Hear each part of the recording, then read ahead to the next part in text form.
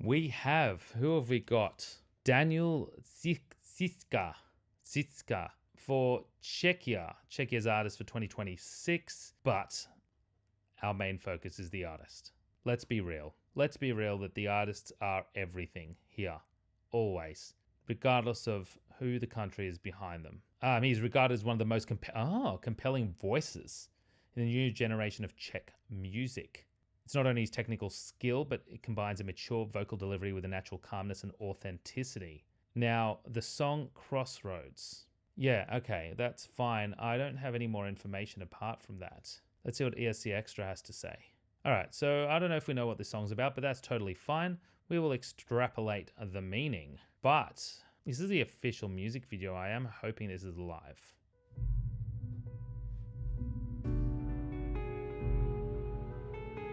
Which is not, but we'll manage. Yeah. Very ethereal through different use of... Follow a voice unknown. Learn how to swim in open waters on your own. A jar won't reach the ocean floor, where foreign fields and tangled strings unfold. Mother, I'll get lost without me. There's too many ways inside this vicious spider web. Crossroads,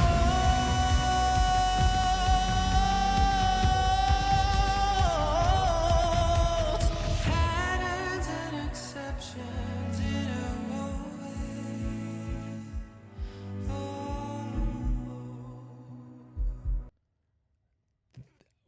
Okay, let's get out of the way that his voice is amazing. First up, he's got an incredible ability. There's no doubt about that. Usually I can feel where to stop before going into a different section. This one made it hard for me, which is why it kept on going, and we're already nearly halfway through. Because some of these bars are of uneven length potentially, which again, I think is a really, really good thing. It creates interest, it creates intrigue and mystery, and something that is unexpected. The use of harmony from the beginning is quite fascinating.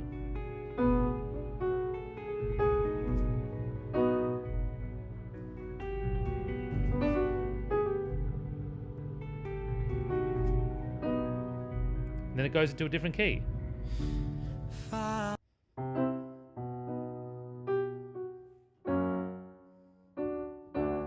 Does it really go there? Follow a voice unknown.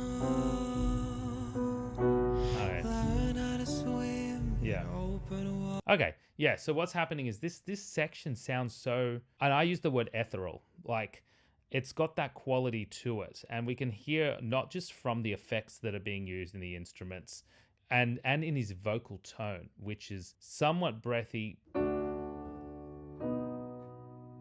This chord change here is not a typical resolution, and they're two chords from different keys essentially. So what's happening is we're resolving down to that chord or that key that we started in through a different chord, which gives that quality and that feeling of mystery, intrigue, and what's going to happen next. Waters on your own, a jar. And now it's moved across and moved away.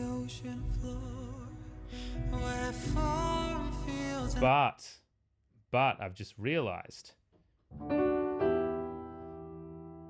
that we do have a key which uses these two chords. However, having the focus on this one here that we heard at the beginning is bringing our brain into a realm, let's put it that way, where we're feeling like there's such or at least I am, an ethereal quality between this change of chords. But I just said that they're not really related, but in the context of where it heads, they kind of do work together. In open waters just here. Now, where it moves into this part, that's where we feel a little bit more settled and it comes alive, because we've moved into a chord which can feel like it does make sense in the context of those other two. That's why I felt it there when he started singing that part, apart from that beautiful octave jump that he did. The use of this chord, in this case E minor, puts into perspective why these other two chords were used.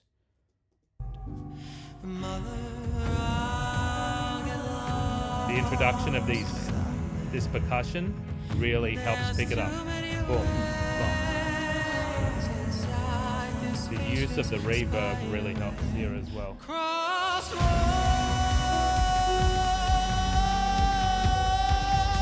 Such a beautifully held note with that melisma. And the use of the strings, giving a loneliness feel. It's not an orchestra, it's just a small amount of string players. I'm amazed how well we get on well. Yeah. Then trade our pain for a metal frame. Oh, I gotta find what's out there. Mother, I'll get lost without that. There's too many ways inside this vicious spider web. Crossroads.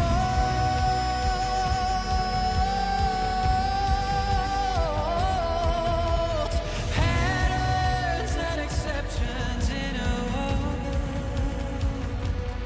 We are creatures wired. All right, so we're heading into a bridge. That first verse did start off, the second verse, sorry, did start off a little bit more settled than the other one, because it did start off in that new kind of home key, which made it feel like, yes, this is where we're meant to be. And then it moved across. That chorus is beautiful, where he's holding that long note with that melisma. I can see this coming so alive on stage. This is going to be absolutely brilliant. Patterns and exceptions in a world. We are creatures wired well for this space. We're the human race.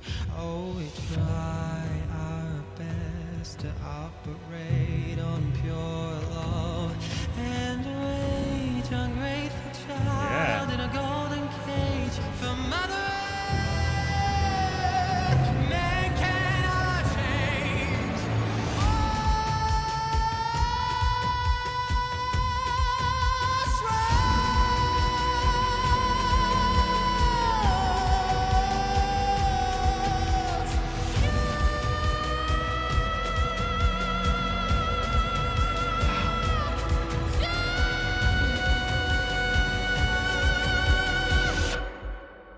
That was so cool.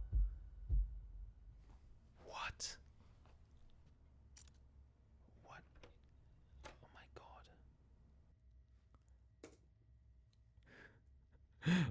What a cool ending. I mean, you know, I'm sure you're all as equally impressed as... Let's see what note that he was hitting there in his really strong really strong falsetto. This is so dissonant, right? Like it is feeling so heavily dissonant in this part before he moves up into holding that really, really long held high note in his strong falsetto. Yeah.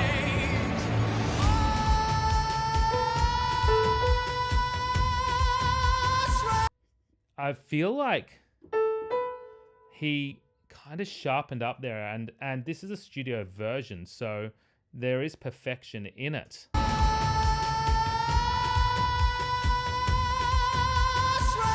It was his vibrato.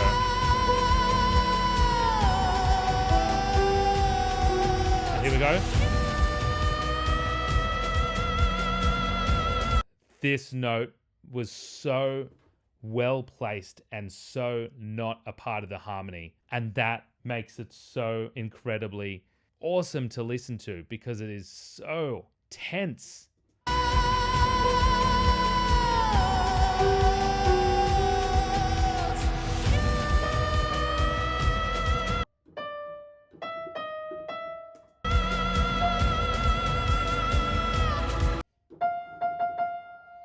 that note up there, which is a F5, which is really, really high. It's pretty high. And that note does not fall within the key. Hey everyone, Editing Mike here. I really need to just, I guess, confront something really weird. And I don't know if you guys can help me out here. As you're going to be seeing, and as you can see, I'm identifying this long note that's being hit as something that's been tuned up a little bit of a semitone. That is, it's hitting a note, in this case is going to be F, which is not a part of the key. That's what I'm hearing in my headphones. I go to edit this, and it's just a solid E, which is being held in his really strong falsetto with a strong vibrato. So I'm like, how am I getting this so wrong? So I go in and listen to that part again in my headphones. And surely enough, to me, it's sounding like that F, and I'm matching it on the keyboard. So I listen to it in the car, it's sounding like an E. Obviously, these headphones are of higher quality, so I don't know that than just listening it out to kind of like normal speakers. But when I'm editing, I'm also hearing it out of the headphones. So it's really strange. I'm kind of going off this thinking that this artist has tuned up really, really eerily in an interesting manner into this note, which is not a part of the key, but it sounds like he's just holding that tonic. And now I'm confused. The rest of the video, you'll watch me praising this, but when pressing this F on the keyboard, it's conflicting with that E that we're hearing. But that wasn't happening in my ears, and it still wasn't happening again when I went into it halfway in watching it. So if anybody knows why I'm having this problem, and if anyone can actually tell me if they're having the same problem too, I mean, if Daniel Zizka is watching this, can you please let me know? Because I am so confused. To me though, what it's sounding like a little bit more whilst editing is this note is being kind of like a microtone. So between E and F, that is, it's not really an E and it's not really an F, and it's sitting there in the middle. Things like these are not accidents. I heard it as a solid F here, as I said, but in editing this again, I was hearing it as an E, but then I go back again and it's kind of like in the middle. Maybe that's my brain playing tricks on me. So again, these things don't happen by accidents with artists. They have a very good pitch, especially when we're talking about a studio version. It's not an accident. I'm adamant that this is not an E, nor is it an F, and it's sitting in the middle, and it's a microtone. But if someone can help me out here, is there something wrong? Yeah, I think this is an intentional something to make us feel uncomfortable. Help me out, Daniel. Anything that we have heard yet, this hasn't changed into a different key, really. So holding that note across chord changes, which at least historical chord changes of this song, which are now, it is so conflicting. He starts off here and he gradually slides up to this note here. That's the note we feel comfortable at. I'll show you which one. Here, that's where we feel comfortable, and he's there for a second, but he's even reaching further to somewhere which is a sense of discomfort because of, like, he's at a crossroads at this point. I don't know the choice he's making, but I'm feeling like the use of holding this extremely high note, which is not a part of the key, not a part of the chord, but switching, but sliding through that note. This one, which would feel more comfortable, he does go through it, and he doesn't stop, and he stops here, which is so. Here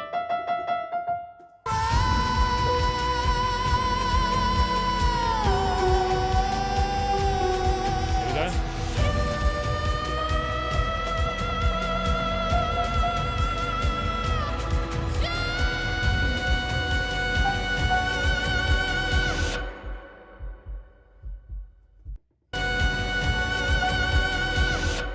Yeah. So he's hitting an F sharp 5. I think he will get the award for the highest male note hit in this year's Eurovision Song Contest. I don't think I've heard a higher one. So the highest male note is F sharp 5, and the highest female note, I believe, was an E6. But I'll have to check back on that. Wow. This is going to be marvelous on stage. This is going to be excellent. What a great artist.